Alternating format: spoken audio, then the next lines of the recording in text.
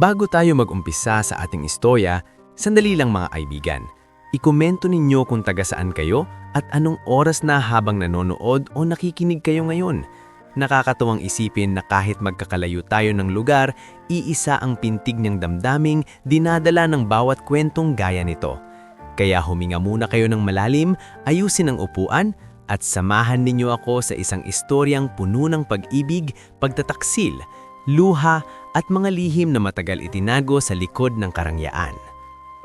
Si Serafina Vergara ay lumaking hindi marangya ang buhay, pero hindi rin siya kailanman naging mahirap sa dangal. Sa bayan ng Silang, Cavite, kilala siya bilang isang dalagang tahimik, magalang at may pambihirang galing sa pag-aayos ng mga espasyo. Kahit simpleng tahanan lamang ang tinitirhan nila noon kasama ang kanyang inang si Aling Pilar at nakababatang kapatid na si Benhur, pinapangarap na ni Serafina ang isang buhay na hindi man marangya, ay payapa at marangal. "Fina?" sabi noon ng kanyang ina habang pareho silang nag-aayos ng lumang mesa sa kanilang munting sala. Ang babae, hindi yumayaman sa ganda lang. Yumayaman ang babae sa tiyaga, sa bait at sa tamang pagpili ng taong papapasukin sa buhay niya. Ngumiti lamang si Serafina noon. "Nay, hindi ko naman pangarap ang mayaman. Gusto ko lang po yung lalaking hindi ako ipapahiya at hindi ako lolokohin." Hindi alam ni Serafina na darating ang araw na mamahalin siya ng isang lalaking kayang ibigay ang lahat ng luho sa mundo. Pero siya rin palang lalaki ang sisira sa kanyang buong pagkatao. Sa Maynila nagsimulang magbago ang takbo ng kanyang buhay. Dahil sa galing niya sa interior styling at spatial planning, natanggap siya bilang freelance design consultant sa ilang model units ng isang umuusbong na real estate company. Doon niya unang nakilala si Leandro Valamont, isang batang negosyante na noon pa man ay kilala na sa pagiging matalimang isip, mahusay magsalita at halos sambahin ng media dahil sa mabilis niyang pagyaman. Sa unang pagkikita nila, abala si Serafina sa pag-aayos ng sample suite para sa isang high-end condominium launch nang biglang pumasok si Leandro kasama ang ilang executives. "Sinong nag-approve ng bagong layout na ito?" tanong nito habang nililibot ang tingin sa unit. Natahimik ang lahat. Si Serafina ang lumapit. "Ako po ang nag-propose ng revisions, sir. Napansin ko po kasing masyadong masikip tingnan ng receiving area kapag mabigat ang kulay ng muebles." Tiningnan siya ni Leandro mula ulo hanggang paa. Hindi iyon bastos na tingin, kundi tila hanga na may halong pagtataka. "Ikaw ang nagdisenyo nito?" "Opo." "Magaling ka," maikli nitong sabi. "Mas may buhay ang lugar, hindi mukhang mamahalin lang, mukhang inuuwian." Mula roon, nagsimula ang dalas nilang pagtatagpo. Noong una ay puro trabaho lamang, mga meeting, site visits at revisions sa showroom concepts. Ngumit kalaunan, napapadalas ang simpleng pag-aanyaya ni Leandro kay Serafina na magkape matapos ang meeting o di kaya'y ihatid siya pauwi. Unti-unting nabighani si Serafina sa lalaking sa harap niya ay tila maginoo, mapagbigay at marunong makinig. "Hindi katulad ng ibang babae sa paligid ko," sabi ni Leandro sa isang hapunan na sila lang dalawa sa isang restaurant sa Tagaytay. Napangiti si Serafina. "Baka kasi hindi ako sanay sa mundong ginagalawan ninyo. Mas gusto ko nga yun," sabi ni Leandro habang nakatitig sa kanya. "Sa mundong puno ng nagkukunwari, parang ikaw lang ang totoo." Ang mga ganitong salita ang dahan-dahang bumihag sa puso ni Serafina. At dahil buong buhay niyang pinangarap ang isang pag-ibig na payapa at tapat, naniwala siyang na wakas ay dumating na iyon sa kanyang buhay. Ngunit hindi lahat ay masaya para sa relasyon nila. Nang ipinakilala ni Leandro Serafina sa pamilya nito, doon unang naramdaman ni Serafina ang malamig na pader sa pagitan ng pinanggalingan niya at ng mundong gusto niyang pasukin. Sa isang engranding hapunan sa ancestral mansion ng mga Valamont, sinalubong siya ng titig ni Doña Hilmara Valamont, ina ni Leandro, na parang sinusukat ang bawat kilos niya. "So, ikaw si Serafina," mahinang sabi ng matanda habang humihirop ng tsaa. "Narinig ko na sa iyo, interior consultant, tama?" "Opo, Donya." "Magaling ang trabaho mo, mas may buhay ang lugar, hindi mukhang mamahalin lang, mukhang inuuwian," sabi ni Doña Hilmara. Pero sana alam mo ang kaibahan ng magaling sa trabaho at angkop sa pamilya. Biglang tumahimik ang buong hapag. Si Leandro lamang ang tila hindi natitinag. "Mother, enough," matigas nitong sabi. "Mahal ko si Serafina." Nag-angat ng tingin ang matanda. "Mahal? Leandro, maraming bagay ang masarap pakinggan kapag bata pa.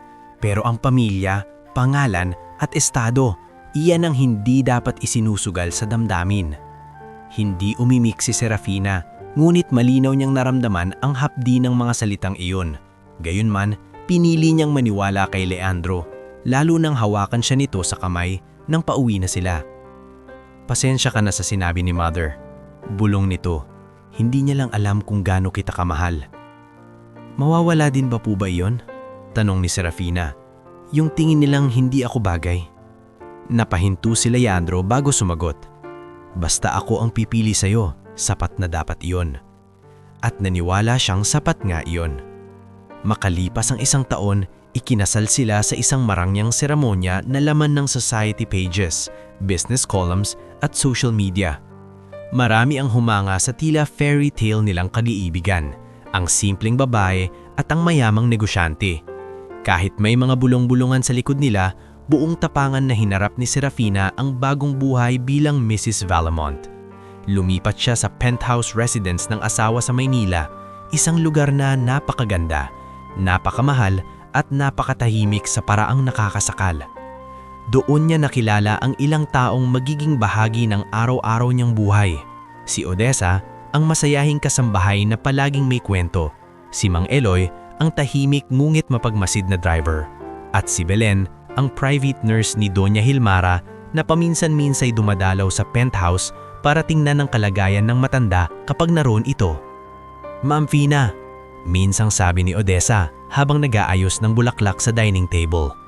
"Swerte po ninyo kay Sir Leandro. Hindi lahat binibigyan ng ganitong buhay."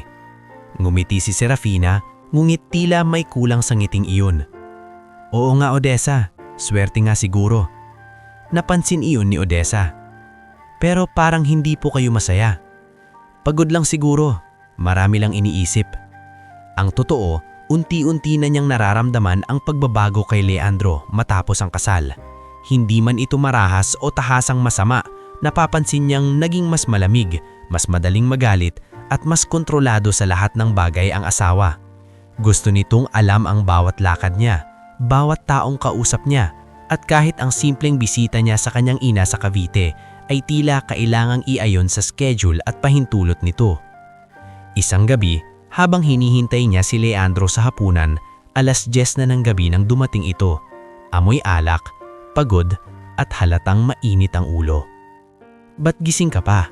tanong nito habang niluluwagan ang kurbata. "Hinihintay kita, hindi ka kasi sumasagot sa tawag ko." Nagbuntong hininga si Leandro. "Serafina, hindi pwedeng bawat oras hahanapin mo ako. May kumpanya akong pinapatakbo." "Hindi po kita aawayin," mahina niyang sagot. "Nag-aalala lang ako." "Yun nga ang problema sa'yo," sagot nito, sabay laglag ng cellphone sa mesa. "Lahat na lang pinapalaki mo." Natahimik si Serafina. Noong una, inisip niyang baka dala lamang iyon ng stress sa trabaho. Ngunit nang dumalas ang ganitong klaseng sagutan, nagsimula na siyang makaramdam ng pangamba na may unti-unting nagbabago sa kanilang pagsasama. Sa kabila ng lahat, dumating ang balitang nagbigay muli ng liwanag kay Serafina. Buntis siya. Nang makita niya ang resulta ng test, halos manginig ang mga kamay niya sa saya. Buong akala niya, ito na ang magiging bagong simula nila kay Leandro. Isang anak, isang pamilyang mabubuo, isang dahilan para bumait muli ang lahat. Nang gabing iyon, maingat niyang ibinalita sa kanyang asawa.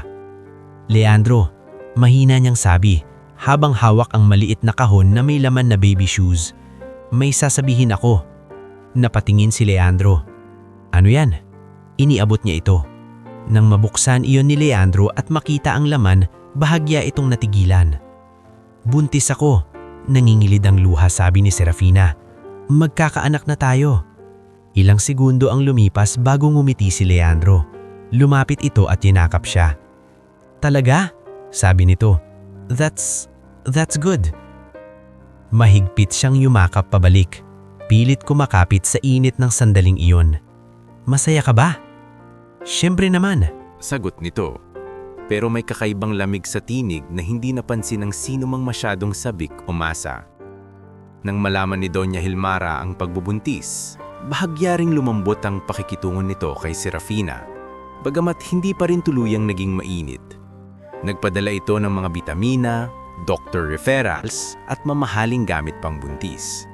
Para kay Serafina, kahit paano ay tila may pag-asang matanggap na rin siya sa wakas. Ngulit kasabay man paglaki ng kanyang tiyan ay ang pagbigat ng kanyang kutob. Napapansin niyang mas naging mailap si Leandro. Madalas itong gabing umuwi, mas madalas ang out-of-town meetings, at mas madalas ang pagngiti nito sa cellphone kapag may kachat. Isang beses, habang inaabot niya ang suit jacket ng asawa upang ipalaundry, may nahulog na resibo mula sa loob ng bulsa. Isang mamahaling hotel reservation na hindi tugma sa sinasabing business trip nito. Hindi niya agad kinumpronta si Leandro. Sa halip, ibinulsa niya ang resibo at tahimik na nag-isip. Ilang araw pa, may isa na naman siyang napansin. Isang tawag ang pumasok sa cellphone ni Leandro habang naliligo ito. Hindi sinasadya, nakita niyang pangalan sa screen. Vionette. Hindi niya sinagot. Ngulit nagtanim iyon ng mas malalim na hinala sa kanyang dibdib. Minsan, sa isang charity event na pinilit siyang daluhan kahit nahihilo siya dahil sa pagbubuntis, nandoon ang isang babae na agad umagaw sa pansin ng lahat. Matangkad, elegante, sanay sa kamera at napakakomportable sa paligid ni Leandro. Si Vionette Salcedo, isang kilalang event strategist na palaging laman ng social pages. Mrs. Valemont, finally! Nakangiting bati ni Vionette kay Serafina habang may hawak na wine glass. Ang dami ko nang naririnig tungkol sa inyo. Talaga? Mahinang sagot ni Serafina. Tumunggo ang babae. Oh, sabi ni Leandro, napaka-refined niyo raw kahit hindi kayo lumaki sa ganitong mundo. Rare daw yun. Bahagyang nanlamig si Serafina. Hindi niya maipaliwanag kung bakit, pero pakiramdam niya ay may patalim na nakatago sa likod ng mga salitang iyon. Sa gabing iyon, habang magkatabi silang nakaupo sina Leandro ng sasakyan pauwi, hindi na niya napigilan ng magtanong. Sino si Vionette? Saglit na natahimik si Leandro bago sumagot. Event strategist. Bakit? Hindi ako nagseselos, nagtatanong lang ako. Napabuntong hininga si Leandro at tumingin sa labas ng bintana. Serafina, buntis ka. Ayoko ng stress. Huwag kang gumawa ng issue kung saan wala naman. Mulit mula sa gabing iyon, hindi na mapakali si Serafina. May isang bagay na unti-unting nabubuo sa likod ng kanyang likuran. Isang lihim na hindi niya palubos mahawakan, pero malinaw niyang nararamdaman. Sa loob ng marangyang penthouse, sa likod ng mamahaling mga dingding at malalaking bintanang tanawang buong lungsod, nagsimula na ang pagkabasag ng kanyang inaakalang perpektong buhay. At habang hinihimas niya ang kanyang tiyan isang gabing nag-iisa siya sa kwarto, marahan niyang ibinulong sa anak na nasa sinapupunan niya. Anak, pangako ng mama mo, aalagaan kita, kahit ano pa ang mangyari. Hindi niya alam ang mga susunod na araw ang magdadala sa kanya sa pinakamasakit na katotohanan na hindi niya kailanman inakala. Na ang lalaking pinili niyang mahalin, ang lalaking pinagkasalan niya, at ang lalaking ama ng kanyang dinadala ay unti-unti nang naghahanda sa pinakamatinding pagtataksil na pwedeng gawin ng isang asawa. Bago tayo magpatuloy sa susunod na yugto ng ating istorya, mga kaibigan, gusto ko munang anyayahan kayo na muling makisama sa damdamin ng kwentong ito. Kung nararamdaman nyo ang bigat ng pinagdaraanan ni Serafina, ikomento nyo kung ano ang gagawin nyo kung kayo ang nasa kalagayan niya. Mananahimik ba kayo o hahanapin nyo ang katotohanan kahit masakit? Ihandaan ninyo ang inyong mga sarili dahil ang bahaging ito ang simula ng pagbagsak ng lahat ng inaakala niyang sigurado, matatag at totoo. Nang gabing ibinulong ni Serafina sa kanyang sinapupunan na poprotektahan niya ang anak anuman ang mangyari, hindi niya alam na parang paalam na rin iyon sa lumang buhay na kinapitan niya ng napakatagal. Mula sa charity event kung saan una niyang nasilyahan ng malinaw si Vionette Salcedo, naging mas mapagmatyaga si Serafina. Hindi siya yung tipong confrontational agad. Hindi rin siya yung babaeng padalos-dalos sa paghuhusga. Ngulit sa bawat araw na lumilipas, dumarami ang maliliit na bagay na hindi na niya kayang ipagkibit-kabalit lamang. May mga gabing 12:00 na umuwi si Leandro at diretso nang dumiretso sa home office nito. Kapag tinatanong niya, iisa lang ang sagot. Board matter. Emergency meeting. Investor dinner. Paulit-ulit. Pare-pareho. At sa halip na malinawan si Serafina, mas lalo lamang siyang nababalot ng pagdududa. Isang umaga, habang inaayos ni Odessa ang breakfast table, napansin niyang matamlay si Serafina. Hindi nito halos nagalaw ang sopas at pandesal sa harap niya. "Ma'am Fina?" Maingat na tanong ni Odessa. "Okay lang po ba kayo? Mula pa kagabi parang hindi kayo mapakali." Pinilit ngumiti ni Serafina. "Ayos lang ako, Odessa. Hormones lang siguro." Nagkatinginan sandali ang kasambahay at si Mang Eloy na nooy papasok pa lamang mula sa garahe. Matagal na ring may napapansin ang mga tauhan sa loob ng bahay, pero walang may lakas ng loob magsalita ng tuwiran. Maya-maya, nang makaalis na si Leandro, maharang lumapit si Mang Eloy sa dining area. "Ma'am," mahinang nitong sabi, "pasensya na po kung nakikialam ako, pero may gusto lang po akong sabihin." Napatingin si Serafina. "Ano yun, Mang Eloy?" Nagdalawang isip ang matanda. "Hindi ko po alam kung tama, pero may ilang beses na po kasi akong nautosang ihatid si Sir sa mga lugar na hindi niya sinasabing pupuntahan." Nanlamig si Serafina. "Anong ibig mong sabihin?" "May isang condominium sa BGC, ma'am, at may 2 beses din po nasa isang private events office ko siya hinatid. Hindi ko po sana sasabihin pero nandoon lagi ang babaeng nakita ko sa charity event, si Miss Vionette po." Saglit na tila tumigil ang mundo ni Serafina. Hindi siya agad nakapagsalita. Humawak lamang siya sa gilid ng mesa, pilit pinatatatag ang sarili. "Sigurado ka ba, Mang Eloy?" "Opo, ma'am. Ayoko po sanang magdagdag sa dinadala ninyo, pero mas ayoko pong tuluyang kayong maloko." Hindi sumagot si Serafina. Dahan-dahan lamang siyang tumanggo, saka ibinaba ang tingin sa tiyan niya. Pag-alis ni Mang Eloy, ilang minutong nanatili siyang nakaupo, walang imik, nakatitig sa kawalan. Hindi iyon ang unang beses na pinagdududahan niya si Leandro, ngulit ang pagkakaroon ng kumpirmasyon mula sa ibang tao ay ibang uri ng sakit. Para itong kutsilyong unti-unting ipinapasok sa dibdib habang nakangiti ka pa sa harap ng lahat. Kinagabihan, nang umuwi si Leandro, mahinahon niya itong hinarap. "May itatanong ako sa iyo," sabi ni Serafina habang nakatayo sa tapat ng floor-to-ceiling window ng penthouse. Nag-alis si Leandro ng relo. "Ano na naman iyon? May relasyon ba kayo ni Vionette?" Nanigas sandali ang lalaki.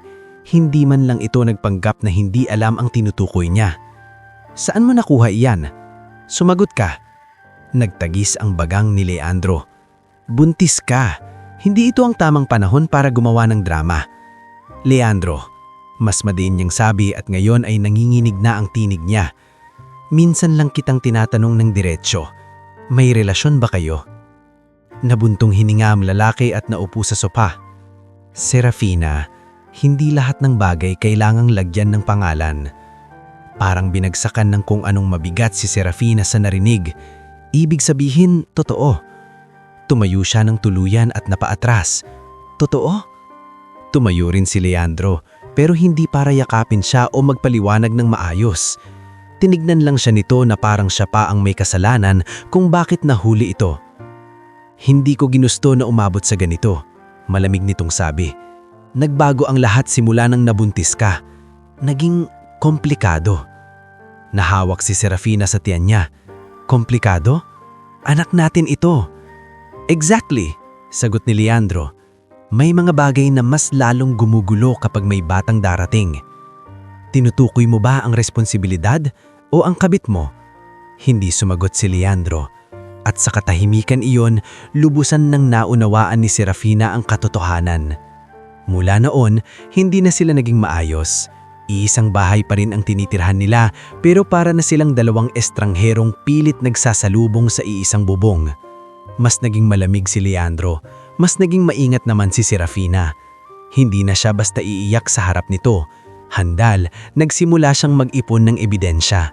Mga resibo, screenshot ng mga mensaheng minsang naiwan sa tablet ni Leandro at ilang papeles mula sa home office nito na may pirmahan ng mga transaksyon na hindi niya lubos maintindihan, ngunit malinaw na may kinalaman sa pagtatago ng pera. Isang hapon, dumating si Belen sa penthouse upang ihatid ilang gamot ni Doña Hilmara. Nadatnan si Serafina na mag-isang nakaupo sa nursery room na noon ay unti-unti pa lamang binubuo. Ang ganda sana nito kapag napapos, sabi ni Belen, pilit nagpapagaan ng pakiramdam. Ngumiti ng bahagya si Serafina. Oo nga, pinili ko pa naman ang kulay na ito dahil sabi ni Leandro noon, gusto niya ng tahimik na tono para sa baby. Napansin ni Belen ang pamumugto ng mata niya.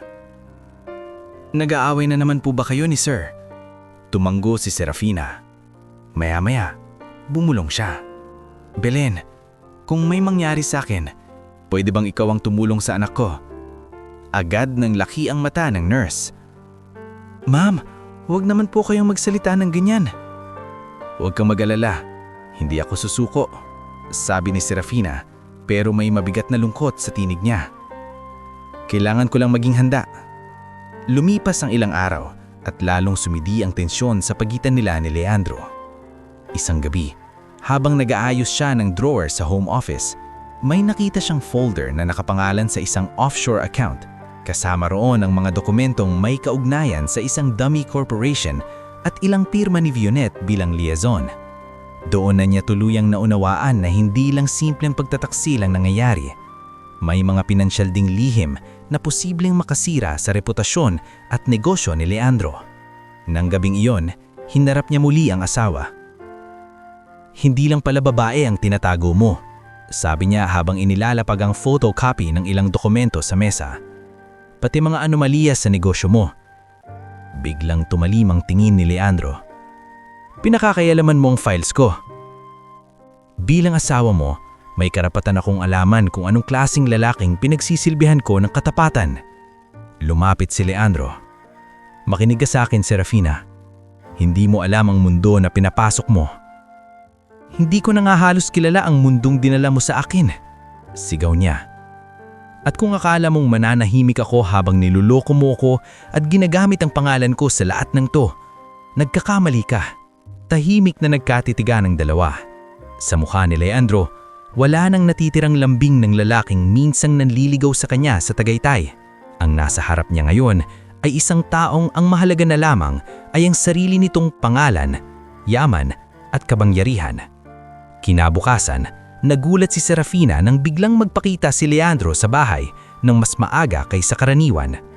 Hindi galit ang mukha nito. Sa katunayan, tila kalmado pa nga. Pwede ba tayong mag-usap mamaya? Tanong nito. Nag-ingat si Serafina sa pagsagot.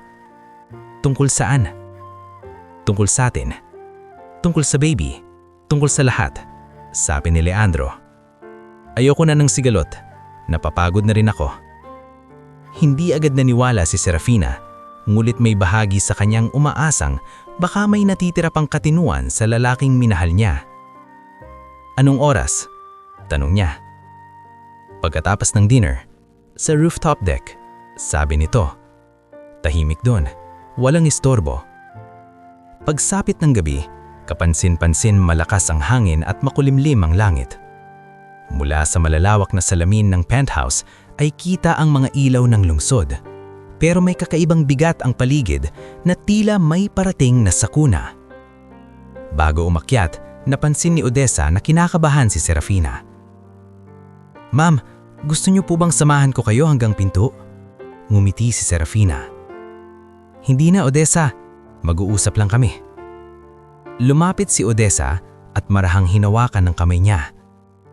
Mag-iingat po kayo. Pagdating ni Serafina sa rooftop deck ng ika-10 palapag, naroon na si Leandro, nakatayo malapit sa railing Hawak ang isang baso ng alak. Umiihip ang malamig na hangin sa manipis niyang bastida, ngunit mas malamig ang pakiramdam na sumalubong sa kanya mula sa katahimikan ng asawa. "Dumating ka," sabi ni Leandro nang hindi lumilingon. "Sabi mo may pag-uusapan tayo." Lumingon ito at marahang ngumiti, isang ngiting hindi na naalam kung kailan huling naging totoo. "Oo, kailangan na nating tapusin ito." Napakunot ang noo ni Serafina. "Anong ibig mong sabihin?" Ibinaba ni Leandro ang baso sa maliit na lamesa sa gilid. "Pagod na ako, Serafina. Pagod na ako magpanggap. Pagod na akong bitbitin ang isang relasyonong matagal ng patay." Parang piniga ang puso niya. "Patay? Ako ba ang pumatay? Ako ba ang naghanap ng ibang babae? Ako ba ang nagsinungaling?" "Hindi mo lang naiintindihan," sabi ni Leandro, at ngayon ay lumalabas na ang tunay nitong lamig. "May mga taong hindi dapat pinagsasama kahit gaano pa sila kaganda sa simula." "Pero pinakasalan mo ko," nangingilid ang luhang sabi niya. "At may anak tayo." Yan nga ang problema. Napaatras si Serafina. "Problema? Ang anak natin problema?" Hindi siya ang problema. Malamig nitong sagot. "Ang problema ay kung anong mangyayari kapag ipinagpatuloy mo pa ang pag-iimbestiga sa buhay ko, sa negosyo ko, kay Vionet." Biglang nagdugtong-dugtong ang lahat sa isip ni Serafina. Hindi siya inakyat sa rooftop para humingi ng tawad. Hindi siya inakyat dito para ayusin ang pamilya nila. Inakyat siya rito para patahimikin. Nanlalamig ang mga kamay niyang napahawak sa tiyan niya. "Leandro, huwag mong sabihing..." Lumapit ang lalaki, dahan-dahan, kontrolado, halos parang wala ng kaluluwa ang mga mata. "Hindi mo na sana ako pinilit sa puntong ito." "Leandro, maawa ka," bulong ni Serafina, paatras ng paatras. "May dinadala akong anak mo." Wala nang atrasan. Tumulo ang luha ni Serafina. "Hihiwalayan na lang kita. Aalis ako. Hindi kita ilalantad. Basta pabayaan mo kaming mabuhay."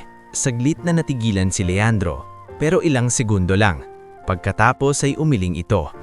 "Hindi ako naniniwala sa mga pangakong galing sa taong desperado." "Leandro!" Sa isang iglap, sinubukan ni Serafina na umatras pa at tumakbo pabalik sa pinto, ngunit mas mabilis ang lalaki. Hinablot siya nito sa braso. Napasigaw siya sa sakit at pilit kumawala. "Bitawan mo ko! Tulong!" Ngunit tinangay ng malakas na hangin ang kanyang sigaw. "Pasensya ka na," malamig na sabi ni Leandro. At sa isang marahas, walang awang iglap, itinulak niya si Serafina palabas ng gilid ng rooftop. Napunit ang hangin sa kanyang sigaw habang bumabagsak siya mula sa ika-10 palapag, hawak ang sariing tiyan, nanlalaki ang mga matang hindi makapaniwalang ang lalaking minsan niyang nangakong poprotektahan siya habang buhay, sa palang mismong magtatangkang pumatay sa kanya. Ang huling nakita niya bago siya tuluyang mawalan ng ulirat ay ang ilaw ng lungsod, ang dumudurog na hangin sa kanyang mukha at ang pangalang hindi na niya nagawang isigaw ng buo. Ang pangalan ng anak niyang ipinaglalaban niyang mabuhay. Bago tayo magpatuloy sa mas mabigat na bahagi ng ating istorya mga kaibigan, gusto ko munang anyayahan kayong huminga ng malalim at damin ang bigat ng sandaling ito. Kung umabot na kayo rito, siguradong naramdaman ninyo ang sakit, takot at pagkabigla sa sinapit ni Serafina. Kaya ikomento ninyo kung anong oras na habang nakikinig ngayon at sabihin ninyo kung naniniwala ba kayong may mga taong kahit ilang beses gibain ng buhay ay nagagawang bumangon muli. Dahil sa bahaging ito, masasaksihan natin kung paanong isang babaeng inakalang tapos na ang kwento ay magsisimula pa lamang palang muling huminga. Ang huling alaala ni Serafina bago nagdilim ang lahat ay ang marahas na bugso ng hangin, ang kumakalam na sakit sa kanyang tiyan, at ang mukha ng lalaking minsan niyang inakala na magiging sandigan niya habang buhay. Pagkatapos noon, wala na siyang maalala kundi isang mahabang dilim na tila walang katapusan, ngunit hindi siya namatay. Sa ibabang mahagi ng gunsol, ilang palapag pababa mula sa rooftop deck, may kasalukuyang maintenance work na pansamantalang nakahimpil sa gilid ng building. Doon nakalatag ang makapal na safety net at mga bakal ng scaffolding na para sana sa repair ng exterior facade. Doon tumama ang katawan ni Serafina. Hindi sapat para iligtas siya sa matinding pinsala pero sapat upang hindi agad tuluyang mawalan ng buhay. 2 construction worker ang unang nakita sa kanya. Ano yun? Sigaw ng Nerio Javellona habang napaatras sa pagkabigla. Diyos ko! Tao! Sabay takbo ni Tomas Javellona ang nakabatang pinsan niyang nakaduty sa gabi. Paglapit nila, nang laki ang mga mata nila nang makitang isang buntis na babae ang nakahandasay sa safety net, duguan, walang malay, at halos hindi na humihina. Buhay pa ba? Nanginginig na tanong ni Tomas. Lumuhod si Nerio at maingat na hinawak ang pulso ni Serafina. Mahina, pero may tibok pa. Magtawag na tayo ng ambulansya. Hindi agad sumagot si Nerio. Napatingin siya sa itaas ng gunsol, saka sa paligid. Hindi pwede.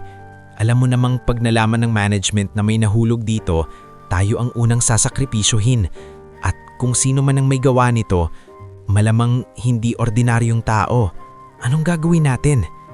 Saglit na nag-isip si Nerio, saka marinis na sumagot, kay Tia Isabel natin siya dadalhin.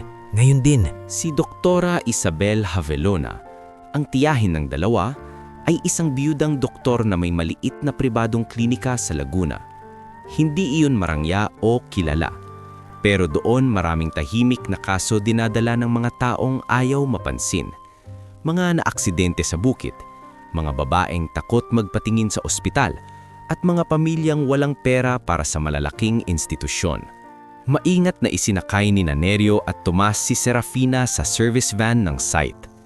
Habang bumibiyahe, halos hindi humihinga si Tomas sa kaba. Kuya, paano kung mamatay siya sa daan? Huwag mong sabihin yan. Madiin siyagot ni Nerio habang mahigpit ang hawak sa manibela. Buntis siya. Kailangan nating umabot. Sa likod ng van, mahina ang bawat buntong hininga ni Serafina. May mga oras na tila tumitigil ang kanyang paghinga. At sa bawat segundo ay parang unti-unting hinihila ng kamatayan ang natitira niyang lakas. Pagdating nila sa klinika ni Doktora Isabel, 10 oras na ng gabi at malakas pa rin ang ulan. Agad nagmadali palabas ang doktora nang makita ang kalagayan ng isinugod nila. Anong nangyari rito? Tanong niya habang pinapapasok ang stretcher sa maliit na emergency room. Nahulog po tiya, mula sa building. Mabilis na sagot ni Nerio. Buntis po. Napatigil si Doktora Isabel. Ilang buwan na kaya? Hindi namin alam. Hala, kumilos kayo. Tomas, kunin mo ang oxygen. Nerio, tulungan mo akong iangat siya. Mabilis na naging abala ang buong klinika. Kahit maliit lamang iyon, kumpleto pa rin sa pangunahing gamit pang emergency. Nilinis ang mga sugat ni Serafina, kinabitan ng oxygen at isa-isang sinuri ang pinsalang tinamo ng kanyang katawan. May mga bali, may internal trauma at may matinding pasa sa tagiliran at likod. Ngunit ang mas ikinabahabahala ni Doktora Isabel ay ang sanggol sa kanyang sinapupunan. Matapos ang ilang oras ng pagsusuri at pag-aagaw buhay, napabuntong hininga ang doktora habang pinupunasan ang noo. Makinig kay sa akin, sabi niya kina Nerio at Tomas. Milagro na buhay pa siya, pero masela ng lagay niya. At ang bata, buhay pa rin. Mahina pero kapit na kapit.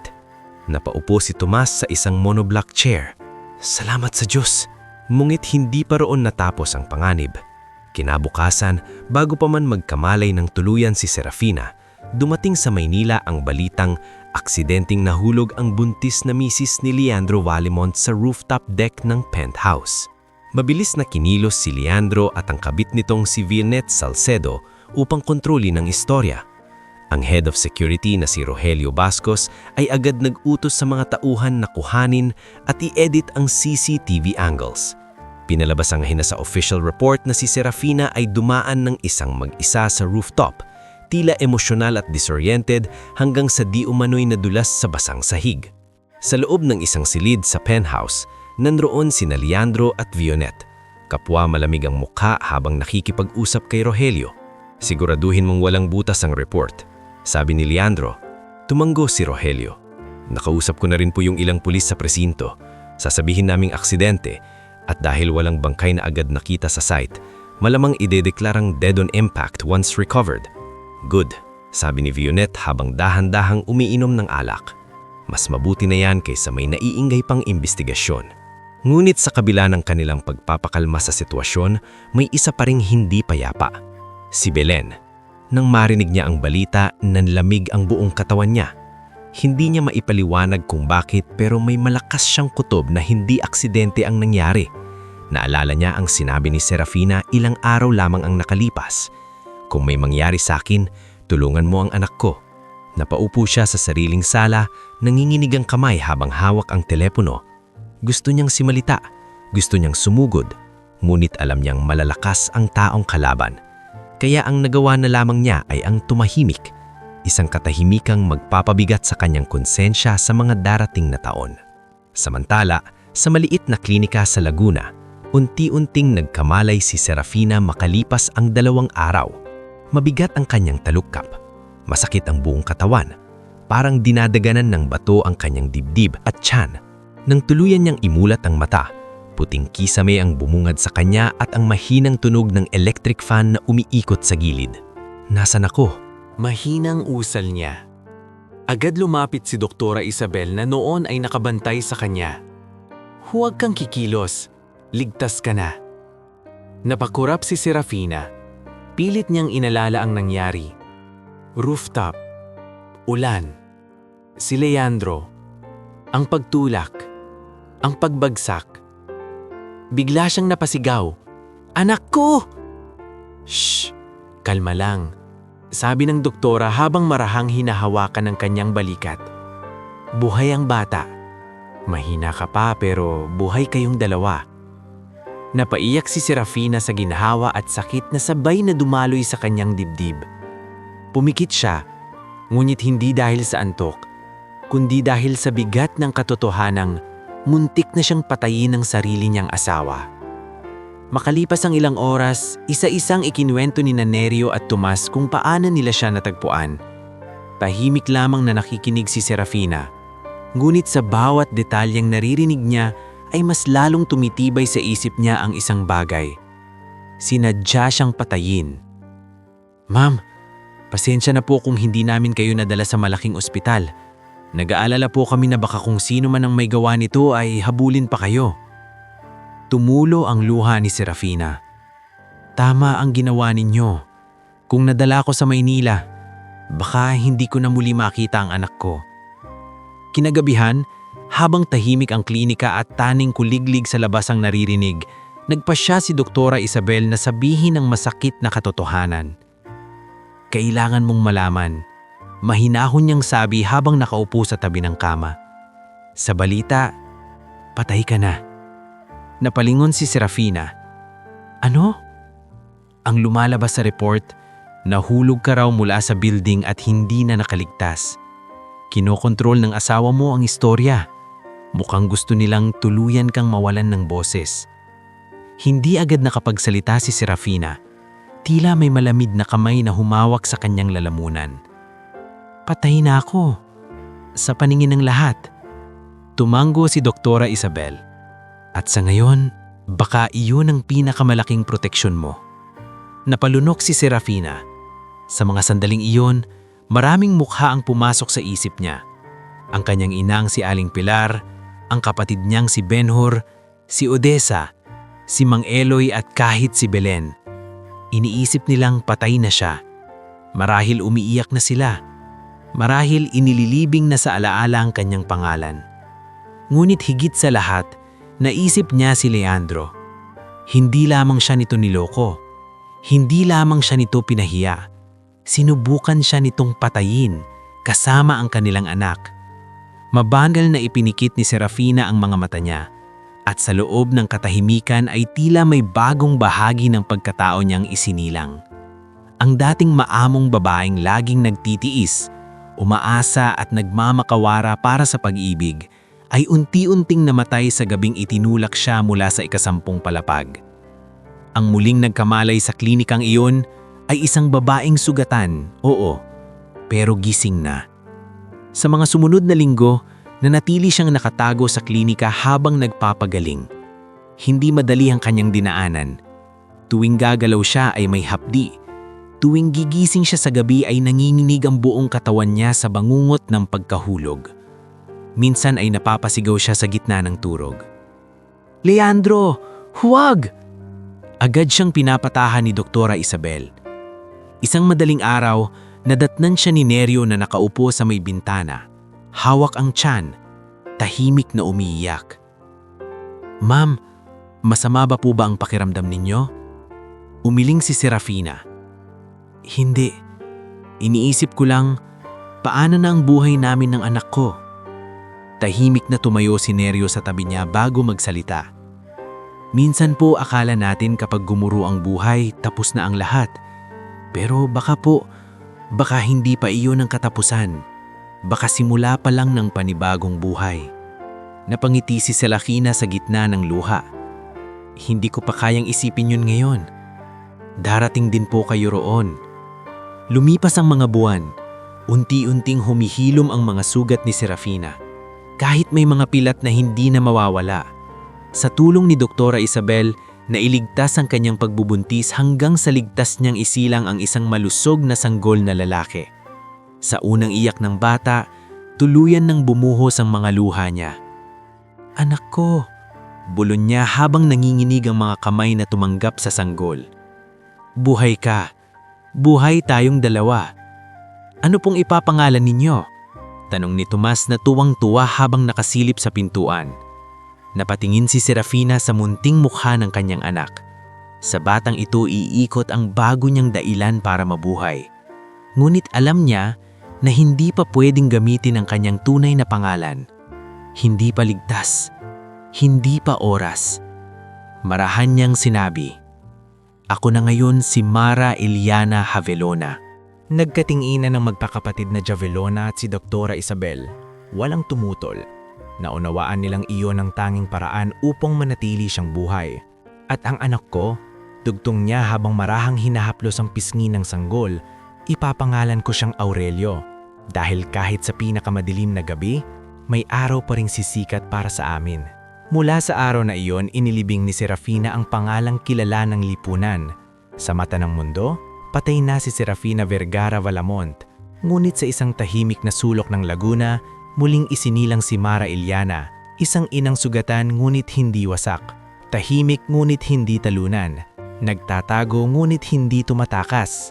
At habang yakap niya ang kanyang sanggol isang gabi, marahan niyang ibinulong ang pangakong magiging apoy ng mga susunod niyang taon. "Hindi kita palalakihing anak ng isang trahedya. Palalakihing kitang anak ng isang babaeng nakaligtas. At isang araw, babalik ako. Hindi bilang biktima, kundi bilang katotohanang hindi nila kayang patayin."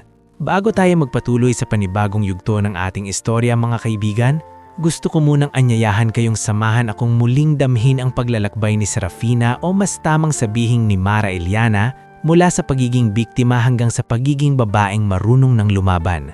Kung umabot na kayo rito, ikomento ninyo kung anong oras na habang nakikinig kayo ngayon at sabihin ninyo kung naniniwala ba kayong may tamang panahon ang pagbabalik ng isang taong inapi. Dahil sa bahaging ito, unti-unti nang magbubukas ang pinto para sa pinakaaabangang sandali, ang pagbabalik ng babaeng akala ng lahat ay tuluyan ng nabura sa mundo. Mahigpit na niyakap ni Mara Eliana ang sanggol na si Aurelio nang gabing ipinangako niyang hindi niya ito palalakihing anak ng isang trahedya, kundi anak ng isang babaeng nakaligtas. Mula sa sandaling iyon, hindi na lamang siya nabuhay para sa sarili. Nabuhay siya para sa batang muntik nang hindi makita ang mundo, para sa katarungang ipinagkait sa kanya, at para sa kinabukasang kailangang itayo niya mula sa abo ng buhay na sinira ni Leandro Valamont. Hindi naging madali ang mga sumunod na taon. Sa San Pablo, Laguna nagsimula si Mara sa mga bagay na dati ay hindi man lang pinapansin ng mga taong nakapaligid sa kanya noong nasa Maynila pa siya. Pagtatahi ng mga kortina, pagdedesenyo ng simpleng salaset para sa mga pension house, pag-aayos ng lumang cafe at paglikha ng murang ngunit eleganteng interior concepts para sa mga maliliit na negosyo. Sa umaga, hawak niya si Aurelio habang gumagawa ng sketches. Sa gabi, kapag tulog na ang bata, saka siya tatahi, magsusukat ng tela at magbubuo ng mga disenyo sa ilalim ng mahinang ilaw sa maliit na silid sa likod ng klinika ni Doktora Isabel. Minsan nadatnan siya ng doktora na nakatulog sa mesa, may lapis pa sa kamay at papel na puno ng floor plants. "Mara," naghinang sabi ni doktora habang marahang inilalapag ang kumot sa balikat niya, "hindi mo kailangang ubusin ang sarili mo sa isang gabi." Nagising siya at bahagyang napangiti. "Kailangan, hindi pwedeng habang buhay tayong nakatago lang. Hindi ko sinasabing sumuko ka. Ang sinasabi ko ay magtira ka rin ng lakas para sa sarili mo at para sa anak mo. Napalingon si Mara sa higaan kung saan payapang natutulog si Baby Aurelio. Sa tuwing nakikita niya ang anak, bumabalik ang dahilan kung bakit kailangan niyang maging matibay. Habang lumalaki si Aurelio, lumalawak din ang maliit na mundong binubuo ni Mara. Sa tulong ni Nerio at Tomas na hindi niya iniwan mula nang isalba nila siya mula nang salbahin siya, unti-unti nilang ginawang lehitimong negosyo ang kanyang kakayahan sa design at restoration. Si Nerio ang tumutulong sa pagkuha ng materyales at pakikipag-usap sa mga karpintero. Si Tomas naman ang nagmamaneho, nagde-deliver at minsan ay tumatayong tagabuhat, assistant at tagapapatawa kapag pagod na si Mara. Ate Mara, minsang biro ni Tomas habang binubuhat ang isang lumang cabinet para sa restoration. Kung dati siguro kitang nakilala, iisipin kong artista ka o may-ari ng hotel. Napatawa si Mara. At ano ba naman? Kasi sa forma mo kahit simple lang, parang hindi ka bagay sa sobrang hirap. Saglit siyang natahimik at saka tumanggo. Tama ka po. Hindi pa man lubos na nahihilom ang sugat ng nakaraan, nagsimula nang makita ni Mara ang bunga ng kanyang pagsisikap. Nakakuha siya ng mga kliyenteng may maliliit na resort sa Laguna at Batangas. Pagkatapos noon, may isang boutique and owner na natuwa sa trabaho niya at siya ang nagrekomenda kay Mara sa mga kakilala nito. Sa loob ng ilang taon, ang dating maliit na sideline ay naging isang respetadong design and restoration workshop na kilala sa elegante ngunit may pusong mga espasyo. Ngunit habang unti-unting umaangat ang kanyang bagong buhay, hindi naman tuluyang lumalayo sa isip niya ang nakaraan. Madalas, sa tahimik na oras ng gabi, kapag tulog na si Aurelio at pahinga na ang lahat, lumalabas si Mara sa maliit na balkonahe ng klinika at nakatanaw sa malayong ilaw ng bayan. Doon bumabalik sa kanya ang mga alaala ng penthouse, ng ulan, ng malamig na mga mata ni Leandro at ng sandaling pinili siya nitong patayin. Isang gabi, nilapitan siya ni Nerio habang tahimik siyang nakatayo sa labas. Iniisip mo na naman sila, tanong nito. Hindi na nagtataka si Mara. Kilalang-kilala na siya ng mga Javelona sa mga taon nilang magkakasama. Hinding-hindi naman sila mawawala sa isip ko, sagot niya. Pero hindi na tulad ng dati.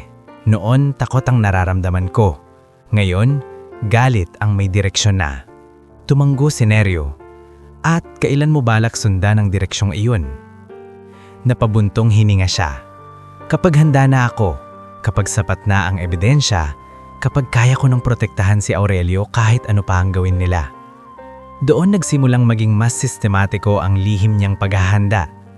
Sa mga lumipas na taon, hindi lamang negosyo ang binuo ni Mara, tahimik din niyang binuo ang tulay pabalik sa katotohanan. Sa tulong ni Dr. Isabel, napanatili ang ilan sa kanyang medical records mula sa gabing isinugod siya. Nasa kanila pa rin ang mga dokumentong nagpapatunay na siya ay dumating sa klinika ng buhay, buntis at sugatan mula sa matinding pagkahulog. Si Nerio at Tomas ay handang tumistigo anumang araw. Ngulit alam ni Mara na hindi sapat ang iilang salaysay laban sa isang lalaking may pera, impluensya at koneksyon. Dito pumasok sa buhay niya si Pascual Renan Arboleda. Nakilala niya si Pascual sa isang heritage property restoration project sa Los Baños. Isa itong abogado at dating corporate auditor na tahimik, maingat magsalita at may reputasyong malinis sa trabaho. Hindi ito palakibo, hindi mayabang at higit sa lahat, hindi pala usisa sa personal na buhay ng iba. Nakuha ni Mara ang respeto nito nang napansin ng abogado kung gaano siya kadetalyado at kasinop sa mga kontrata, costing at site reports. Bihira akong makakita ng designer na marunong sa aesthetics at papel, sabi ni Pascual minsan nagkakape sila matapos ang meeting. Gumiti si Mara. Napilitan lang sigurong matuto. Hindi, sagot nito habang nakatingin sa kanya. Ang tawag dyan, may pinagdaanan at natuto. Natigilan si Mara. Saglit niyang inisip kung gaano karami ang nakikita ng lalaking ito kahit hindi ito nagtatanong. Makalipas ang ilang buwan ng propesyonal na ugnayan, naglakas loob siyang subukin ito. Hindi niya agad sinabi ang lahat. Nagsimula siya sa mga tanong tungkol sa corporate fraud, concealed assets, at fabricated accident reports. Isang hapon, matapos ang meeting sa isang lumang bahay na nire-restore nila, napansin ni Pascual ang bigat ng mukha niya. "Mara," maingat nitong sabi, "hindi ka magtatanong ng ganyang mga bagal kung wala kang dahilan." Matagal siyang natahimik bago tuluyang nagsalita. "Paano kung may isang babaeng pinaniwala ng buong mundo na patay siya dahil iyon ang gusto ng taong nagtangkang patayin siya?" Hindi kumirap si Pascual, hindi rin ito nagpamalas ng gulat parang nasa teleserye. Sa halip, naging mas maingat ang tingin nito. "Kung ganon," sagot nito, "ang unang dapat gawin ng babaeng iyon ay huwag magkamali sa taong pagkakatiwalaan niya." Doon nagsimulang maging mas sistematiko ang lihim niyang paghahanda. Doon nagsimulang maging mas sistematiko ang lihim niyang paghahanda. Doon nagsimulang maging mas sistematiko ang lihim niyang paghahanda. Doon nagsimulang maging mas sistematiko ang lihim niyang paghahanda. Doon nagsimulang maging mas sistematiko ang lihim niyang paghahanda. Doon nagsimulang maging mas sistematiko ang lihim niyang paghahanda. Sabi nito, "Handa akong tumulong, pero hindi ito pwedeng pabigla-bigla. Kailangan nating maging mas matalino kaysa sa kanila." At sa unang pagkakataon matapos ang mahabang panahon, naramdaman ni Mara na hindi na lamang siya basta nagtatago, nagsisimula na siyang lumaban. Samantala, sa Maynila, lalong lumawak ang pangalan ng Valemont Group. Sa labas, tila matagumpay at matatag pa rin si Leandro. Ngunit sa loob ng kumpanya, nagsisimula ng mabulok ang pundasyon. May mga delayed project, may mga investor na hindi nabibigyan ng malinaw na liquidation reports, at may mga subsidiary na ginagamit sa paglipat ng pondo upang maitago ang mga anomalya. At sa kabila ng lahat ng yaman at kapangyarihan, hindi naging payapa ang buhay ni Leandro at Vionette. Hindi nagkaanak ang dalawa, hindi rin tuluyang minahal ni Leandro si Vionette gaya ng ipinangako nito. Ang relasyon nila, na noon ay puno ng lihim at pagnanasa, ay nauwi sa paligsahan ng kontrol, impluwensya, at takot na maghilahan sila pababa kapag may nabunyag. Isang gabi sa mansion ng mga Valemont, narinig ng matandang si Doña Hilmara ang sigawan ng dalawa mula sa study room. "Akala mo ba hindi ko alam ang mga itinatago mong accounts?" Matalim na sabi ni Vionette. "At akala mo ba makakaligtas ka kapag bumagsak ako? Huwag mong kakalimutan, pareho tayong nakasakay sa bangkang ito." Hindi na magitan si Doña Hilmara. Ngunit sa unang pagkakataon, malinaw niyang nakita na ang babaeng ipinilit niyang alisin noon sa buhay ng kanyang anak, si Serafina, ay marahil hindi ang pinakamalaking pagkakamali ng pamilya nila. Ang pinakamalaking pagkakamali nila ay hinayaan nilang lumaki ang kasakiman ni Leandro nang walang pumipigil. Sa Laguna naman, mabilis lumalaki si Aurelio. Matalino, tahimik at mapagmahal na bata.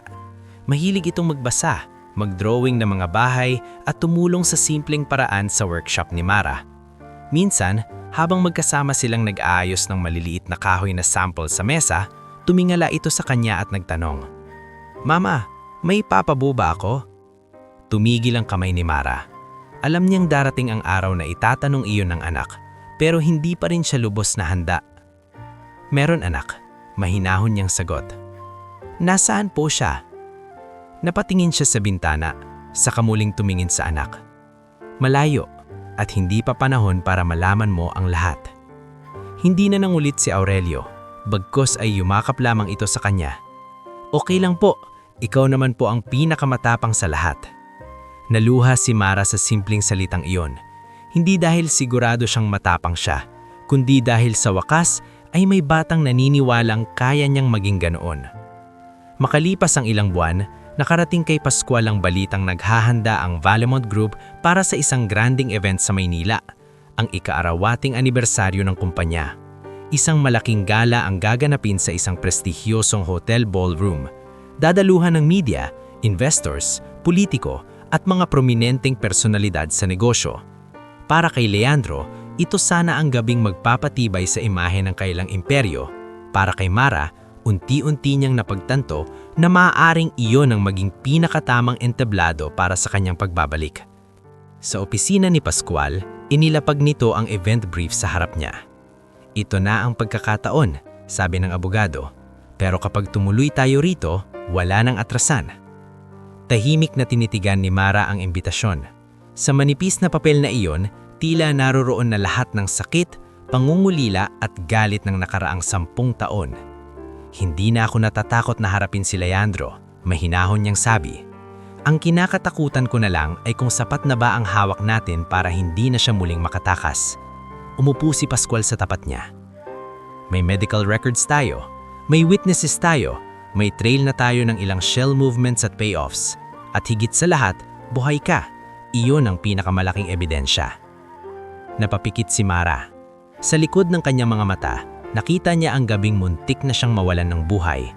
Ngunit sa pagbukas niya ng mga mata, hindi na iyon ang babaeng naroon. Ang kaharap ni Pascual ngayon ay isang ina, isang negosyante, at isang babaeng hinubog ng 10 taon ng pananahimik at pagbangon. Kinagabihan, umuwi siyang tahimik ngunit buo ang pasya. Nadatangan niya si Aurelio na gumuguhit sa sala ng isang malaking gusla na may hagdan at ilaw. "Ano yan, anak?" tanong niya. Building po, sagot ng bata. Pero hindi po ito nakakatakot. Kasi sa dulo, may ilaw. Napatigil si Mara. Marahang hinaplos niya ang buhok ng anak at napangiti sa gitna ng bigat sa dibdib. Oo, darating na ang sandali. Ang babaeng itinulak mula sa ika-10 palapag ay hindi na iyong sugatang buntis na walang kalaban-laban.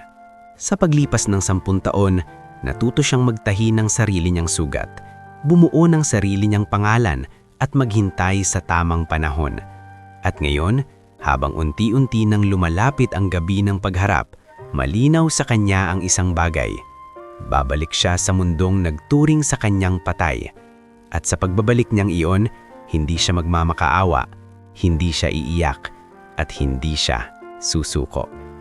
Babalik siya bilang katotohanang matagal nilang ibinaon sa dilim at bilang bagyong gigiba sa kasinungalingang 10 taon nilang inakalang mananatiling ligtas.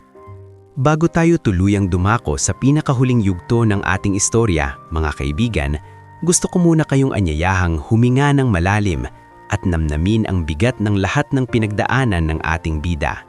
Kung umabot kayo hanggang dito, ikomento ninyo kung taga-saan kayo at anong oras na habang pinakikinggan ninyo ang wakas ng kwentong ito. At sabihin ninyo rin kung naniniwala ba kayong darating ang araw na kahit ang pinakamakapangyarihang kasinungalingan ay luluhod sa harap ng katotohanan. Dahil sa bahaging ito, masasaksihan natin ang huling pagguho ng mga taong nagtangkang ibaon sa dilim ang isang babaeng hindi nila nagawang patayin.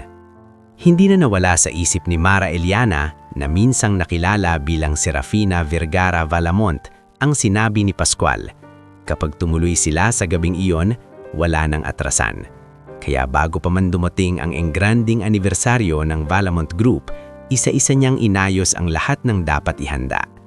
Hindi lang ang kanyang kasuotan o ang paraan ng pagpasok sa ballroom ang pinag-isipan niya. Mas mahalaga sa lahat, tiniyak niyang handa ang ebidensya, handa ang mga taong tatayo sa tabi niya, at handa rin ang puso niyang muling humarap sa mga multo ng nakaraan. Sa hotel suite na pansamantalang pinag-iistayan nila sa Maynila, tahimik siyang nakatayo sa harap ng salamin habang inaayos ni Odessa ang laylayan ng suit niyang elegante ngunit simpleng gown. Si Odessa, na noon ay dating kasambahay lamang sa penthouse at ngayoy isa sa mga pinakamatatapat na kakampi niya, ay hindi napigilang mahawak sa dibdib sa tuwing titingin kay Mara. "Ma'am," mahina nitong sabi, halos maiiyak. "Hindi ko po akalain na makikita ko pa kayo ng ganito. Buhay, matatag, at mas malakas kaysa dati." Ngumiti si Mara, ngunit bakas pa rin ang bigat sa kanyang mga mata. "Noong gabing iyon, Odessa, akala ko tapos na talaga ang lahat. Pero siguro may mga taong hindi inililigtas para lang huminga uli. Inililigtas sila para tapusin ang dapat tapusin." Nang sandaling iyon, may marahang kumatok sa pinto. Pagbukas ni Odessa, bumungad sina Nerio, Tomas at Pascual. Kasama rin sila Belen, tahimik at halatang kinakain pa rin ng konsensya sa mga taon niyang pananahimik. Lumapit si Belen kay Mara, nanginginig ang mga kamay. "Patawad," halos pabulong niyang sabi. "Noong panahong kailangan mong may magsalita para sa'yo, natakot ako. Pinili kong mabuhay ng tahimik habang ikaw ay pinaniniwalaang patay. Marahang hinawakan ni Mara ang mga kamay nito. Natatakot din ako noon at hanggang ngayon may takot pa rin ako. Pero nandito ka na. At minsan, ang pagsulpot sa tamang oras ay sapat para magsimulang ituwid ang mali. Hindi napigilan ni Belen ang umiyak. Sa likod ng simpleng tagpong iyon ay ang bigat ng 10 taon ng pagsisisi at pananahimik. Ngunit ngayong gabi, hindi na sila naroon upang magluksa sa nakaraan. Naroon sila upang wakasan ito. Samantala, sa Grand Ballroom ng prestigyosong hotel, nagkikislapan ng ilaw, nagkikislap ang alahas, at nagpapalitan ng plastik ng ngiti ang mga makapangyarihang tao sa negosyo. Nasa gitna ng pagtitipon si Leandro Valamont, suot ang kanyang mamahaling tuksido, mukhang matatag sa labas, ngunit may nakatagong pagod sa gilid ng mga mata. Sa loob ng 10 taon, maraming naipon na lamat sa kanyang imperyo. May mga tanong mula sa mga investors, may pressure mula sa board, may mga proyekto na pilit pinagtatakpan. Ngunit para sa gabing iyon, gusto niyang ipakita sa lahat na matatag pa rin ang pangalang Valamont. Sa tabi niya ay si Vionet Salcedo, kasing elegante pa rin tulad ng dati, ngunit mas matalim na ang mukha, mas malamig na ang titig, at mas halata na ang pagkaubos ng pasensya sa kanilang relasyon. Huwag kang mukhang balisa. Bulong ni Vionet habang ngumingiti sa mga kamera. Napakaraming matang nakatingin. Hindi tumingin sa kanya si Leandro. Ayusin mo na lang ang ngiti mo, mukhang pilit. Pilit na talaga ang lahat sa pagitan natin, matalim na tugon ng babae. Bago pa nila maituloy ang pagtatalo, isa-isang tumahimik ang ilang bisita sa malapit sa entrada. Napatingin ang ilan, sumunod ang iba. Karabang may malamig na hangin na biglang dumaan sa buong ballroom. At nang bumukas ang pangunahing pinto, tumigil ang mundo ni Leandro. Naroon si Mara. Hindi na ang sugatang buntis na huling nakita niya sa gabing umuulan sa rooftop. Ang babaeng pumasok ngayong gabi ay marangalang tindig, tahimik ang mga mata at taglay ang lakas ng isang taong matagal nang dumaan sa apoy at hindi na natakot masunog muli. Sa tabi niya ay si Aurelio, 10 taong gulang, maayos ang bihis at tuwid ang tayo. Nasa kabilang gilid naman niya si Pascual, kalmado at handang magsalita anumang oras. Napaatras si Leandro ng bahagya, namutla ang kanyang mukha na tila nakita niya ang bangkay na pinaniniwalaan niyang matagal nang nilibing ng panahon. Hindi maaari, mahinang usal niya. Napalingon si Vionet sa kanya, saka sa babaeng papalapit. Sa unang ilang segundo ay hindi pa niya ito nakilala. Ngunit nang tuluyang magtagpo ang kanilang mga mata, parang nawalan siya ng hangin. Siya ba yan? Bulong ni Vionet. Hindi na sumagot si Leandro. Lumapit si Mara sa kanila ng walang pagmamadali. Hindi siya sumigaw, hindi siya nag-iskandalo.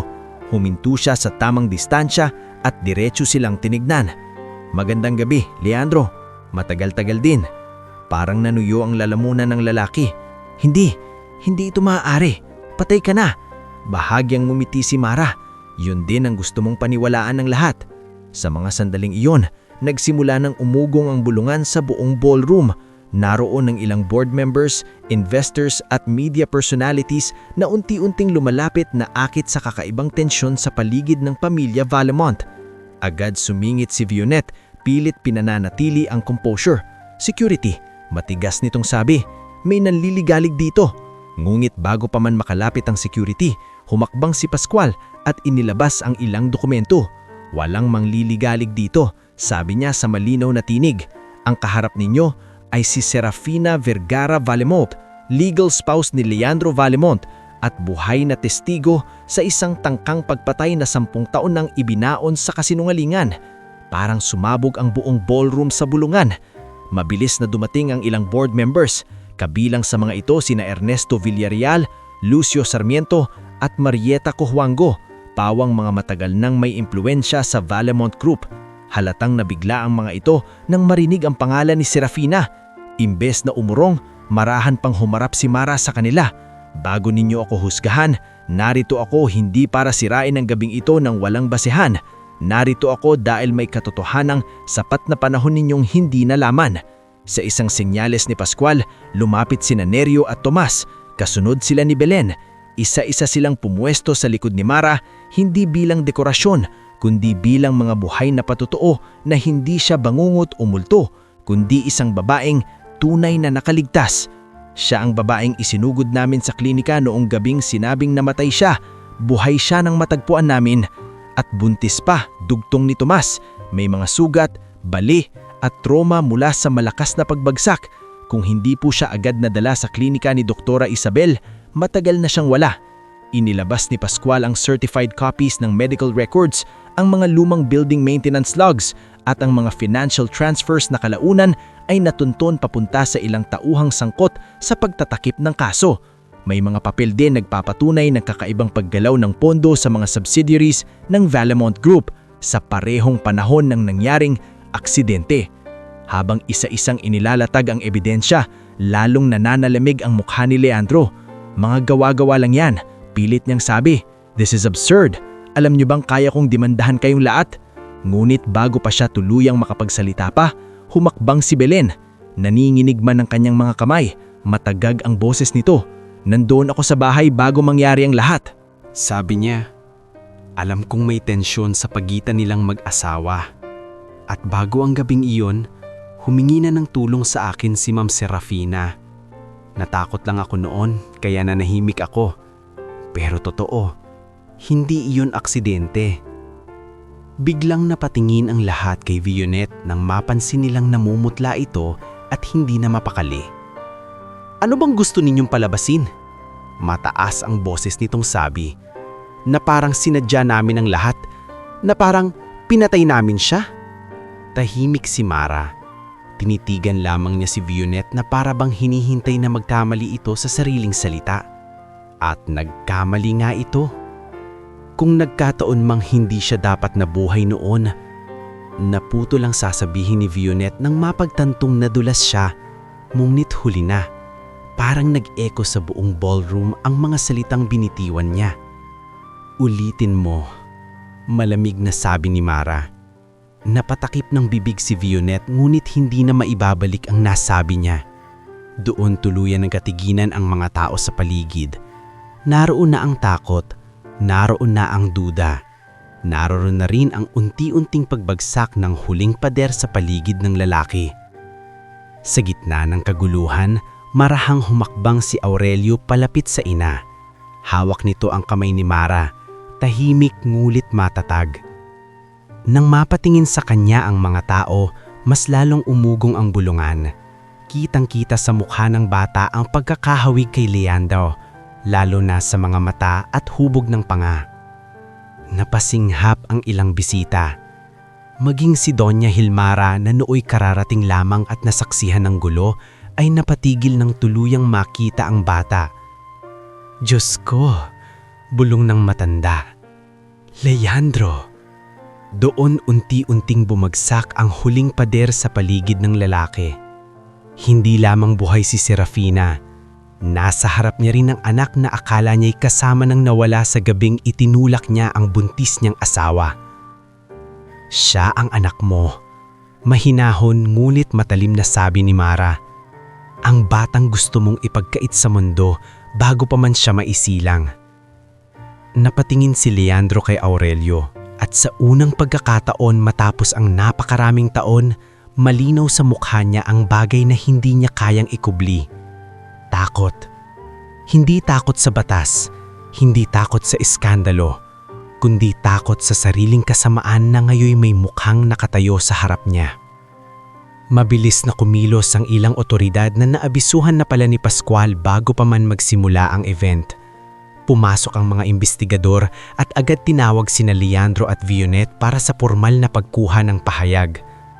Wala nang nagawa ang dalawa kundi ang sumunod, habang ang buong ballroom ay tila naging tahimik na hukuman na saksi sa kanilang pagbagsak. Ang mga sumunod na linggo ay naging mabigat, pero hindi na kayang pigilan ni Leandro ang pagbaha ng katotohanan. Nang maaresto si Rogelio Bascos, sumubok pa itong manahimik sa umpisa. Ngulit nang iharap sa kanya ang mga records ng bank transfers at ang posibilidad na siya lamang ang mabulok sa kulungan habang ang mga tunay na utak ay nakalalaya, bumigay rin ito. Oo, mahina ngulit malinaw nitong inamin sa imbestigasyon. Hindi aksidente ang lahat. Tinakot kami at binayaran para manahimik. Mula roon, tuluyan nang naitayo ang kaso laban kina Leandro at Vionet. Attempted murder, conspiracy, evidence tampering, obstruction of justice at iba pang kasong may kinalaman sa mga anomalya sa negosyo. Isa-isang bumitaw ang mga kaalyado ni Leandro. Ang ilang investors ay umatras. Ang board ay napilitang alisin siya sa posisyon.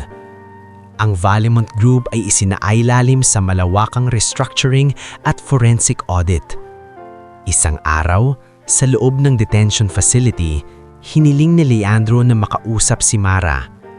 Pinag-isipan niya itong mabuti.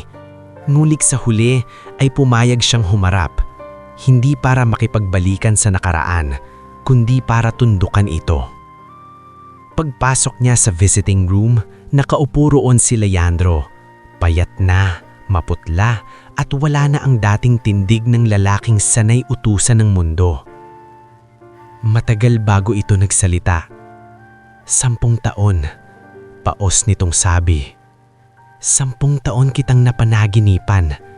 Akala ko tapos na ang lahat ng mahulog ka, pero gabi-gabi, bumabalik ka. Tahimik na nakinig si Mara. Hindi ko alam kung kailan ako tuluyang naging ganito. Dugtong nito. Kasakiman, takot, hiya, pinili kong iligtas ang pangalan ko kahit kailangan kong wasakin ka. Sa unang pagkakataon, hindi na nakaramdam ng panginginig si Mara sa presensya nito. Tanging pagod na lamang at isang malamig na malinaw na katotohanan ang naroon sa kanyang dibdib. Hindi mo ako sinira, Leandro, sabi niya. Sinubukan mo, pero ang totoo, sarili mo ang winasak mo. Bumaba ang tingin ng lalaki. May kapatawaran pa ba para sa tulad ko? Matagal na katahimikan ang sumunod. Pagkatapos ay nagsalita si Mara ng payapa. May hustisya, pero ang kapatawaran, hindi iyon regalo na pwede mong hingin para gumaan ang konsensya mo. Ang magagawa ko lang ay hindi ko nahahayaang lasunin ka pa ng galit ko. Tapos na ang hawak mo sa buhay ko. Paglabas niya roon, pakiramdam ni Mara ay may isang mabigat na kadena ang tuluyang naputol.